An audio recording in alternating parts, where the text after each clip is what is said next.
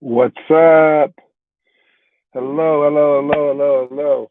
Hey, got some big news out of the NBA today, or the past couple of days actually. Let me see. Can I round it up real quick?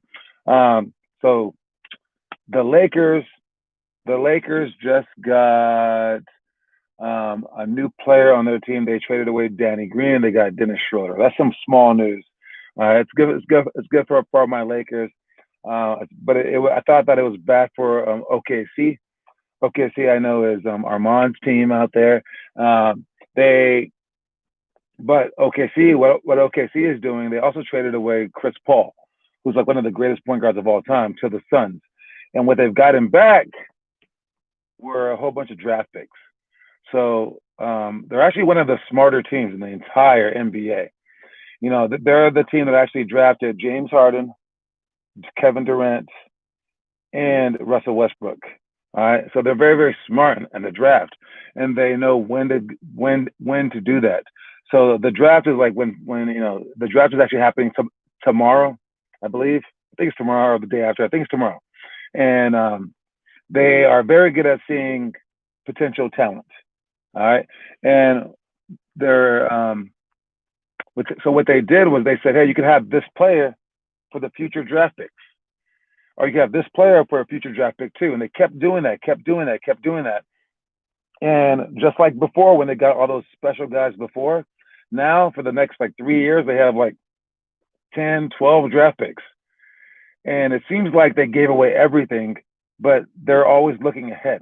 And that's a sign of a smart organization. And they're not thinking about the here and now.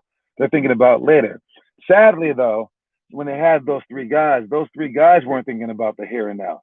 All right, those three guys are James Harden, Russell Westbrook, and Kevin Durant. They have something very special about all three of them. All right, one, and I apologize. Two of them were drafted by Seattle. The Seattle changed into OKC. But anyways, the organization drafted all three guys. But the second thing that they have in common is that all three of them were MVPs. That means that they were the best player in the whole league, all three of them. But not when they were on the same team together. When they were on the same team together, they were very young and they were winning. And then they barely lost. They barely lost in the semifinals. Oh my God, they were so close to winning. And then they just ended it all. It started with James Harden leaving, and he just said, I'm a bench player." But they're like, "No, no, you're an awesome bench player. Just stay here." But then he left to Houston. Then Kevin Durant was like, "Oh, we can't win," and he left when after the Golden State Warriors barely beat them. All right. And then Russell Westbrook stayed the longest, but eventually he left too to go to Houston with James Harden, which is funny. And now James Harden is thinking about leaving the Houston Rockets. That's the other big news. All right. So the Houston Rockets wanted him to stay, and they offered him $50 million, which is more than anyone has ever been paid ever before, more than Michael Jordan, more than anyone. And he said no. All right. So someone to say no to $50 million means he's leaving. And we're just not sure where yet. And his biggest suitors are as the New Jersey Nets. Who do the New Jersey Nets have? Kyrie Irving and also Kevin Durant. So he could be switching from one old teammate to another old teammate. And he's just looking for that right match so he can have a chance to win. But if he rewinds it all, he was once on that team already. And it's about patience. It's not about doing things right now. It's about the future. And that's what I was telling you guys about yesterday. It's about the future and about hanging on. And if those people just realized that they were already great, they wouldn't have to worry about it. But they wanted to win right then and there. Then they had less confidence in themselves, etc. I've seen that develop here in town. We're in La Miranda, Northern California. It's with Lafayette, Moraga, and Orinda put together, called La Miranda. And there's the one of the greatest, if not the greatest, women's basketball player of all time. She's still young in the WNBA. She is from our town over in Orinda. Well, her rival in high school was this girl who was at Washington State named Haley Van Dyke. All right, this girl's name was how am I going to forget her name? I'm here on the spot. It's messing me up. All right. Now I gotta Google her name. Oh my gosh. What is her name? It doesn't. I forgot her name. Anyway, girl who went to Miramani, best basketball player of all time. That girl. All right. And Haley Van Dyke. Haley went to Camp Alindo. And then there was another girl um, who went to Acalanes. All right. There were three girls. And what these three girls had in common is they each weren't supposed to go to that school because there are four schools in the district. All right. There's Acalanes, Camp Alindo, Miramani, and Las Lomas. Now, Las Lomas, they're the worst team by far. They're always bad. They never have anyone go there, right? So each of these girls were supposed to go to Las Lomas. In eighth grade, they were supposed to go to Las Lomas. The Miramani girl was like, no, let me just pretend like I have a class at Miramani. The Acalanes girl was like, no, let me just go switch over to this school. And then Haley, the girl from Camp Belinda, was like, well, no, let me just switch to this school. She really tried hard not to go to Las Lomas because no one goes there. And then they were rivals throughout high school. If they had just gone to the school that they were supposed to, all three of these great players would have been at the same exact school at the same exact time, and Las Lomas wouldn't have been the joke that they are. All right. So basically, I've seen this happen so many times. There will be a team full of kids like in fifth grade, and they'll be good, and they'll try really hard, and they had like a head start on everyone because they got their team together first. But then they will split because of jealousy. They'll split because of like just parents arguing. They'll split because they just don't have the foresight to see into the future that this is going to work. All right. And switching teams every single year is the worst way to have a chance to be good because you're not giving anything a chance. So if you find yourself switching from team to team to team, know that you're probably not doing the right thing. Okay. All right. Anyway, that's what I had. And it's going to be interesting to see where James Harden goes. I'm looking at the Nets, the Philadelphia 76ers, and now the Boston Celtics. All right. The Celtics are very, very good. I don't know if they want to do that because if they break up their team, they're doing exactly what I said. They're just switching their team up for a chance. I think he'll wind up going to the Nets. But you can't rule in anything else. They're all East Coast teams because East Coast teams are rebuilding right now, and the West Coast teams are so good that now people are running away from the West. So that's the NBA landscape, and there will be a few more trades going on this week, I'm sure, because now the trade deadline's coming up, and they are going to have the NBA draft tomorrow.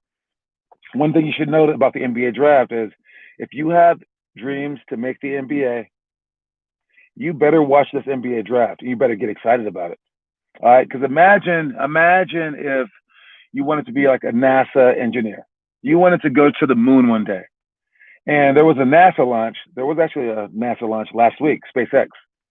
And you didn't care about the NASA launches. That means that you don't love them. That means that you have no passion for it. That means that you have less of a chance to actually make it. If you want to make the NBA draft, you should probably watch the NBA draft. And if you ask any of the people in the draft, there's 31, something like that. 30 draft picks each round, so 60 draft picks. There's 60 different people getting picked tomorrow night. You ask each one of them, hey, when did you first watch your first NBA draft? They will tell you when I was 8 years old, maybe 7, maybe 6. And then they would also say, and I watched them every single year. You ask me, out of all those players, who doesn't? I would say maybe one or two players. You watch the SpaceX rocket go? Okay, so you have a chance to be a NASA engineer. There you go. But now, will you watch the NBA draft tomorrow? That's the question. It's how much do you love basketball? Because, again, 95% of these guys that would be drafted tomorrow would tell you that since first grade, they've watched every single NBA draft. And if you're saying to yourself, well, I don't like it that much, ew, that's stupid. Well, that's why you're not going to make it. All right? And I'm not saying that if you watch it, you're going to make it. I'm saying if you don't watch it, you have no chance to make it. All right? It's kind of like getting out of bed to go to school in the morning. I know we don't have school these days, but imagine getting out of bed to go to school to take a test. All right? Just because you get up and you put your shoes on and you walk to school and you make it to school and make it into the classroom, does not mean that you're going to pass the test. But if you don't get out of bed and walk to school and get to class to take the test, you will never pass the test. This is like that. If you don't watch the NBA draft every year and you don't care to hear your name called one day, there's an enormous possibility your chances of making it were already low. Your chances of making it were like this. Your chances of making it now are like absolutely zero. So heads up for that. Just giving you guys a chance. All right, anyways, quote of the day is always be yourself. All right. This one was a cool quote today because of Sway, right? AKA Dylan Deviney. His nickname is Sway. And I'm calling him Sway and I'm telling him, dude, don't be Dylan on the court.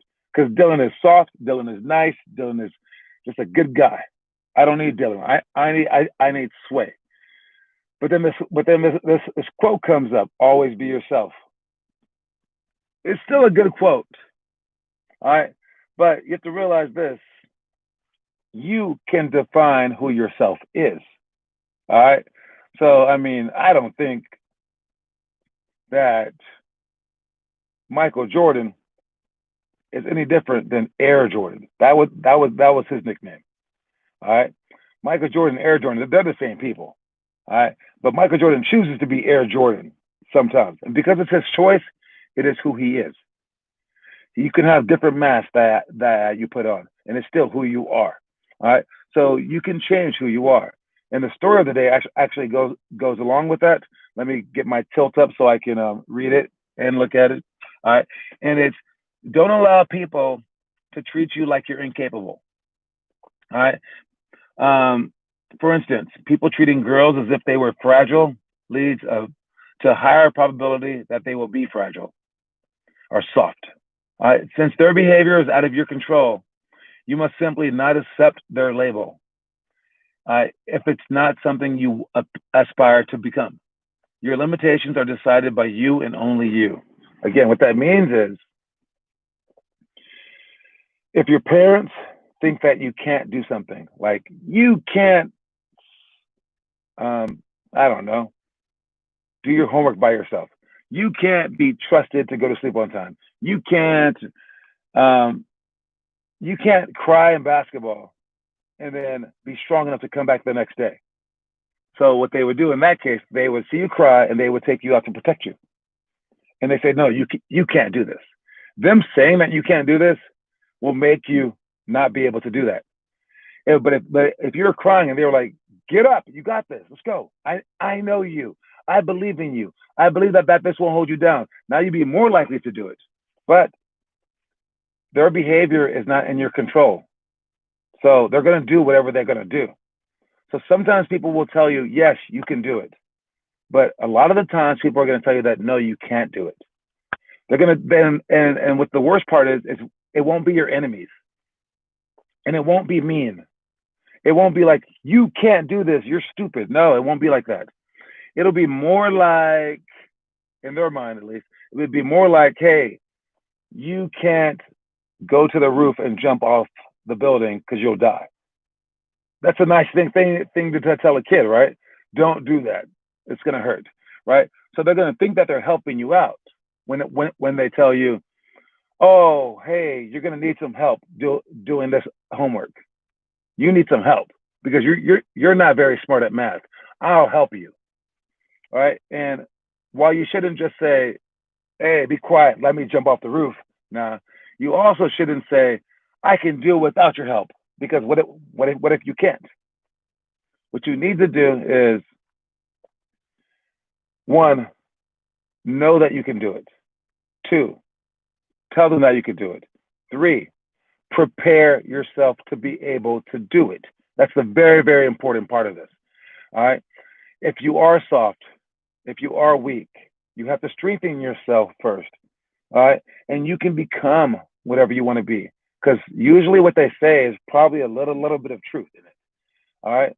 And so again, I'll read the quote. It goes like this. It says, don't allow people to treat you like you're incapable. All right. You're capable of doing everything in this world. All right. For instance, people treating girls as if they were fragile. Fragile means soft. People treat girls like, oh no, not my baby. She can't play this tough sport. She can't do this. She can't do this. And then girls start to believe it. All right. And since their behavior is out of your control, people are going to tell you whatever they're going to tell you. You can't stop that. All right. You must simply not accept their label. All right. If it's not something that you aspire to be. All right. If it's not something that you want to be, don't accept it. All right. Your limitations are decided by you and you alone. But decided by means you every day work to change that label. Change it. All right. So I told Sway he is a person who's always late. And he's trying. He's a disorganized person, and he's trying to change that. At first, he just said, "No, I'm not," and then I proved it to him. Now he's like, "Oh, maybe I am." I'm like, "No, put your head up. You can change it. You can change it. It's not like it's set in stone. Just because it's true right now doesn't mean that it's going to be true in the future. Only if you let it be. All right. So change those things slowly but surely. Change those things until, and you can make yourself to be whoever you want to be. So, who do you want to be? Ask yourself, who do you want to be? And you can point to people if that's easier, if you don't have a good imagination. All right. Do you want to be mentally strong like Michael Jordan in basketball, where like if you get hurt, you don't care? Do you want to be a hard worker like Steph Curry, where like you can shoot 500 shots every single day? All right. Do you want to be like you want to be a smart guy like Bill Gates, who loves to work even when he doesn't have to work? He's the richest man. He still works. Well, whoever you want to be, start to become that person right now. You can't wait. You can't put it off because the person that you are right now probably isn't good enough because you're young. All right. So start to become that person every single day. All right. Let's start with the all the workouts. I'll fly through them since I wasted so much time. It's not a waste of time, but all right. First thing is let's go with the middle school, high school, and then I'll talk about each of the workouts for the elementary. Okay. For the middle school drills, it's spin move series. That's where you go with the spin move, fake spin move, pump fake, rip through, fake spin, pump fake, rip through, and then a fake spin to rocker step, going straight. Then we have 2-on-2-on-2 triangle. That's realizing how to pass the ball ahead, sprint toward the strong side, how to play defense, go off the weak side, how to screen down. It includes a lot of stuff, and it's a 2-on-2-on-2 drill. Force post middle. It's how we play defense on the post and how not to let them go baseline. Even though on the outside we force them to the baseline, but on the inside players are going to force them toward the middle with our hands up, and we go wall up.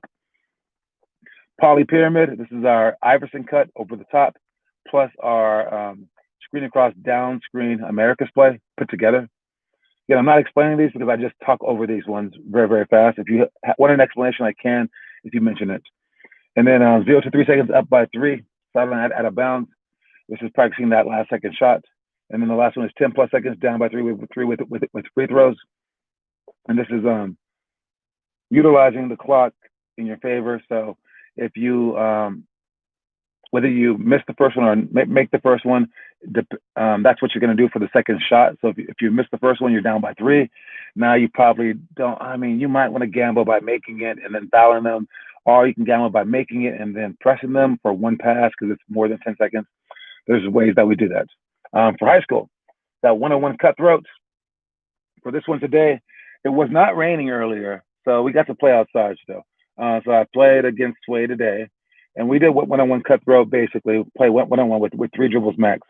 And I beat him again. All right. So I got a month more to beat him. And, I mean, my countdown days, I am at 32 days. That is my basketball number. Man, here it goes. I got 32 days in a row to beat this little kid who beat me the first day. He beat me.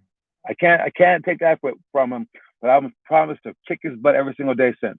And so the streak is still on. I beat, I think he might have scored like 3 points against me this time too, legit points. All right. And like he took me to the basket and he scored a fake reverse layup, which I taught him. All right. I think he might have scored like 2 layups. So maybe it was 7 to 2. I think it was 7 to 2. All right. So that's pretty cool. He's getting better at figuring things out. But my wide stance is part of the reason that he can't score on me. I put my leg over his leg. So if he wants to rip through, he has to trip over my leg, basically. So me being larger than him it just makes me like more likely to beat him. But small guards should be able to go by big guys. That's just like physics. So he has to try to figure that out. And I'm trying to play as hard as I can. So hopefully he can figure it more and more out. He's starting to think about it in terms like that. So I think he's going to get better and better. End of play scenario. We talked about this. And also mentioned that his team may not have an end of the play scenario. And if you don't have an end of the play scenario, which means if the shot clock's running down 5, 4, or probably like 10, 9, and you don't know what you're going to do, or if the end of the quarter clock is running down and you don't know what you're going to do, that's bad. So your team should talk about it beforehand. Your coach should mention it beforehand during practice. You need to practice some plays that you can do at the end of the shot clock. And for us, it's tangent. We can put two people on the top, come off the double pick, split, and then back pick, and then pop out, just so we have something. Now, I told him if his coach doesn't have something, he needs to speak up and be like, hey, coach, what do we do at the end of the shot clocks? Okay, cool. And then like reiterate it to the whole team and be the mouthpiece and the helper for the coach. But he's a very, very shy kid, Sway is, okay, or Dylan is when he's not being Sway. All right, so he needs to step up and be aware of that. But for a kid to speak up like that, that takes an enormously talented kid. All right, talented in ways where like a leader would be talented. And he's not that kid yet. But I'm trying to eventually push him to be that kid because he's going to need that in his pocket to be able to make the high goals that he has. All right. Next one is double the post on the dribble. We talked about forcing the post player toward the middle, but when help comes, help wants to come on the dribble. So when the big man gets the ball on the post and he dribbles toward the basket, the other defender goes then, but he has to wait, be very patient for him to take the dribble. I try to shoot shots up with him helping me out like this, and I try to dribble in, and I told him to come over. You want to reach with the hand that is not closest to the defender, to the offensive player, sorry. So if he's on this side, if you don't reach with this hand, because it's gonna be a foul. Reach with this hand and point it at his chest, and then if he lowers the ball, you take it. If he keeps it high, then you get close to him and put your chest to him. Don't worry about your face getting hit. It's part of the racket. Outlet pass back to sideline. This one was an interesting drill that we did today. So I threw the ball for the rebound, passed to him, outlet pass. First, he had to catch it.